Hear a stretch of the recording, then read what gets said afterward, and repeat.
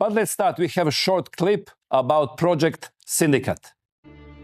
The various news media do not produce their news themselves, but use information and images from news agencies such as Reuters, the Dutch ANP, and the French AFP.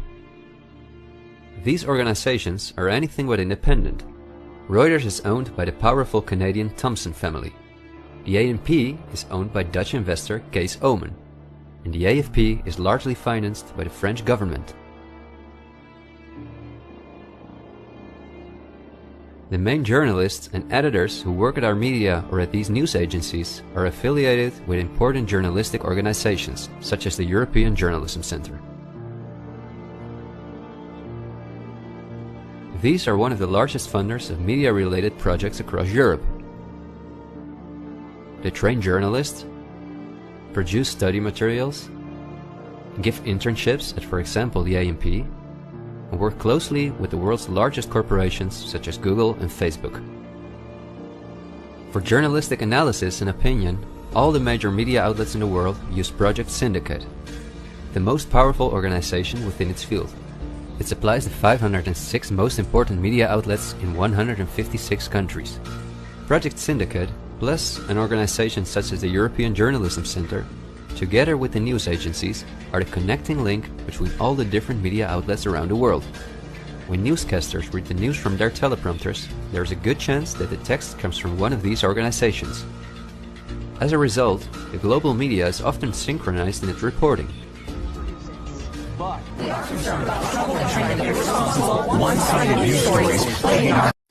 Okay, Eugene, tell us, what is this project about?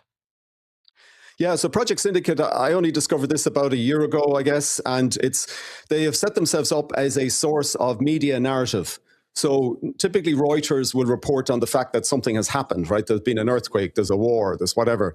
Project Syndicate provides the narrative on that. It puts a perspective on it. It tells you perhaps who is responsible for it, or it puts it in terms of some political context, etc. And that's really what Project Syndicate does, and it has a huge bias as a result. So if we want to move on to a couple of slides, to slide number 3.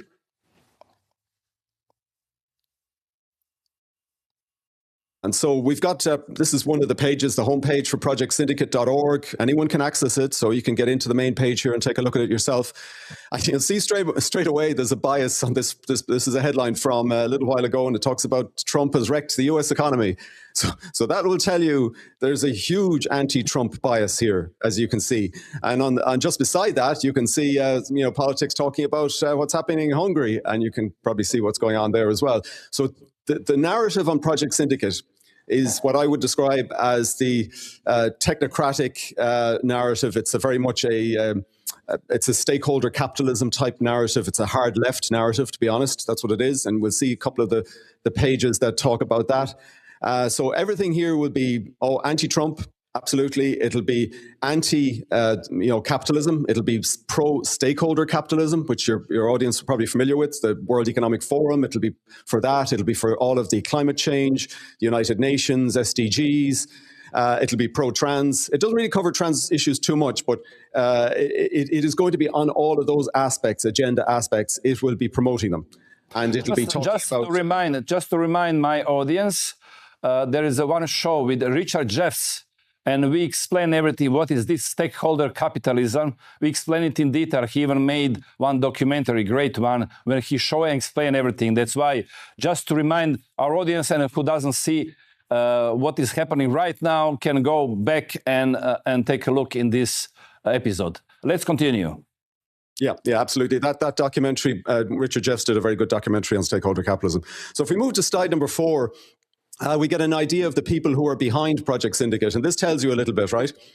It's the Open Society Foundation, George Soros, the Bill and Melinda Gates Foundation, the European Climate Foundation, European Investment Bank, and the European Journalism Centre. So you can see it's going to be all pro-EU. It's going to be the agenda of Soros and Gates. It's going to be pro-stakeholder capitalism. That's what it is. So you can see the people who are funding it. So straight away, that's enough to tell anybody that this thing is going to have a bias, because these are the people behind it. So that's the first thing. Yes, I see also here Heinrich Boll Stiftung. They are very interesting because they are supporting parties in Croatia and also some non-governmental organization. Yes. Yes, as do Bill Gates and the Soros Foundation as well, of course. They're big into supporting the left-wing NGOs, as we know. So that's the first thing. So if you move to the next slide and take a look. And this is to give you an idea of the scope of this organization. So they're active in 156 countries. So it's huge, right? It's totally global, right? The massive coverage here, covering 543 media outlets. So again, massive coverage. And those are going to be your mainstream media outlets. So in Ireland, there would be our mainstream. And you can see it. You can see this bias comes through into our mainstream. And you can see here that they give subsidized rates. So they're trying to encourage people to take their commentary. So media companies that are maybe a bit short of cash, they'll take the feed from Project Syndicate at a discounted rate. Of course, it's going to be biased, what they take. And then they've got 66 languages. So it's massive coverage. So it's like this is a huge organization with huge coverage, right? So it really is serious. Yeah, 543 media outlets. Yes. Yeah, and 66 languages. Yeah. 66 languages, yeah. That's huge. So the next one talks about what they covered in 2024. So they had, you can see it here, they use the term commentaries. So they're making a commentary on a news item. Reuters will tell you the news item. Project Syndicate will give the commentary on it, the narrative on it. You can see the contributors there, as we talked to 156 countries. 1,296 commentaries they gave. Yeah, that's a lot, right? That's yeah. So they're covering, an awful lot of the political narrative, as it were, globally.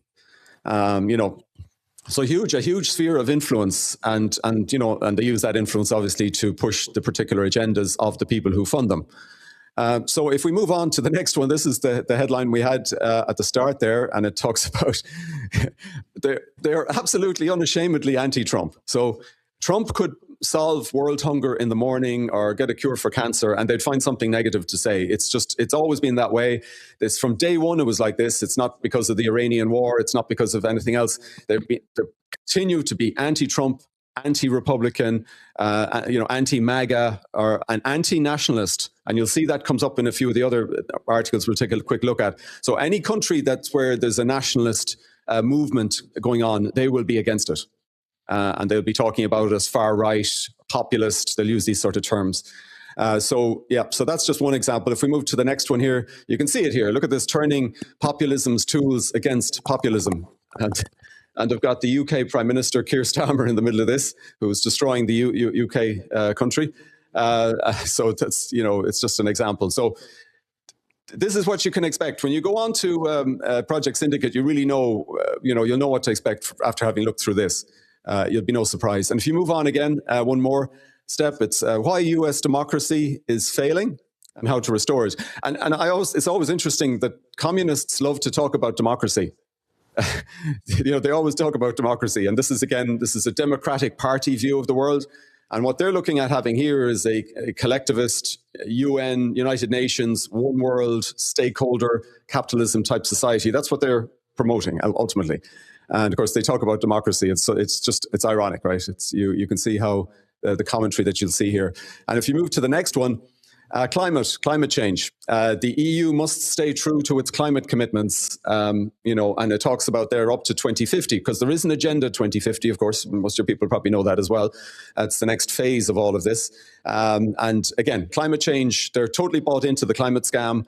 All aspects of it, push it really hard, and unfortunately, and hence Project Syndicate pushes it, and you'll see commentary like this. Let's remind people, European Union has a plan to reduce for 90% until 2050 carbon emission. And that is the reason why we are paying so high prices in oil, gas, and electricity. Not really crisis and war with Russia, or we can see now crisis in Gulf with this war in Iran. The real reason is so-called green transition and green taxes, what we are paying, just for reminding people what is really happening. Let's continue with your presentation. Yeah, absolutely. So the next one here is, if you go to number 11, Trump's WHO withdrawal could cost the US dearly. So again, they're all for the WHO, the pandemic treaty. You're probably familiar with that. The international health regulations. They're all into those things. They're supporting all those things. And of course, they won't give you the true story behind the WHO and what the WHO has been trying to do. They won't talk about the various disasters of the WHO, the way it gave in to the Chinese Communist Party with regard to COVID, all this kind of thing. It just presents, it's a bad thing that that Trump has left the WHO. I 100% agree that Trump left the WHO. He did absolutely the right thing. The WHO are adding no value right now at all, very minimal. And there's an awful lot of scandals associated with the WHO, which aren't covered because the mainstream media don't want to cover them. So this is just, again, another example of what the position... Of course, we need to remind that Croatia, unfortunately, signed this treaty.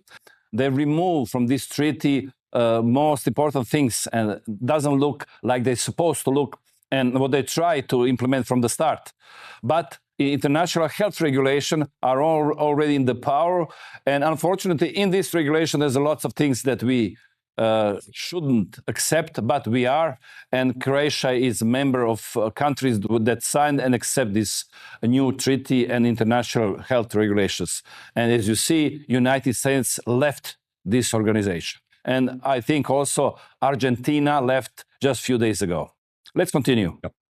Yep, absolutely. And the next, if you move to number 12, this kind of underlines the whole thing with Project Syndicate, the return of shameless shareholder capitalism, right? Because they promote the stakeholder capitalism thing, right?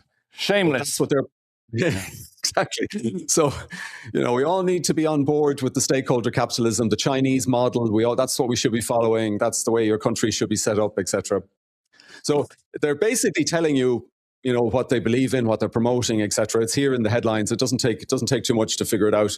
I just think it's so funny to see these headlines. They're just gives you a huge idea of the bias that you're getting. The next, we can skip through the next pieces, but it's good that all your people do understand what stakeholder capitalism is, because then everything is built on that. The Agenda 2030, the Sustainable Development Goals, the way that corporations are operating now with the ESG corporations, which also promotes the Corporate Equality Index, which is all about the transgender stuff, promoting transgenderism in the corporations, as well as obviously promoting it at a national level through your government.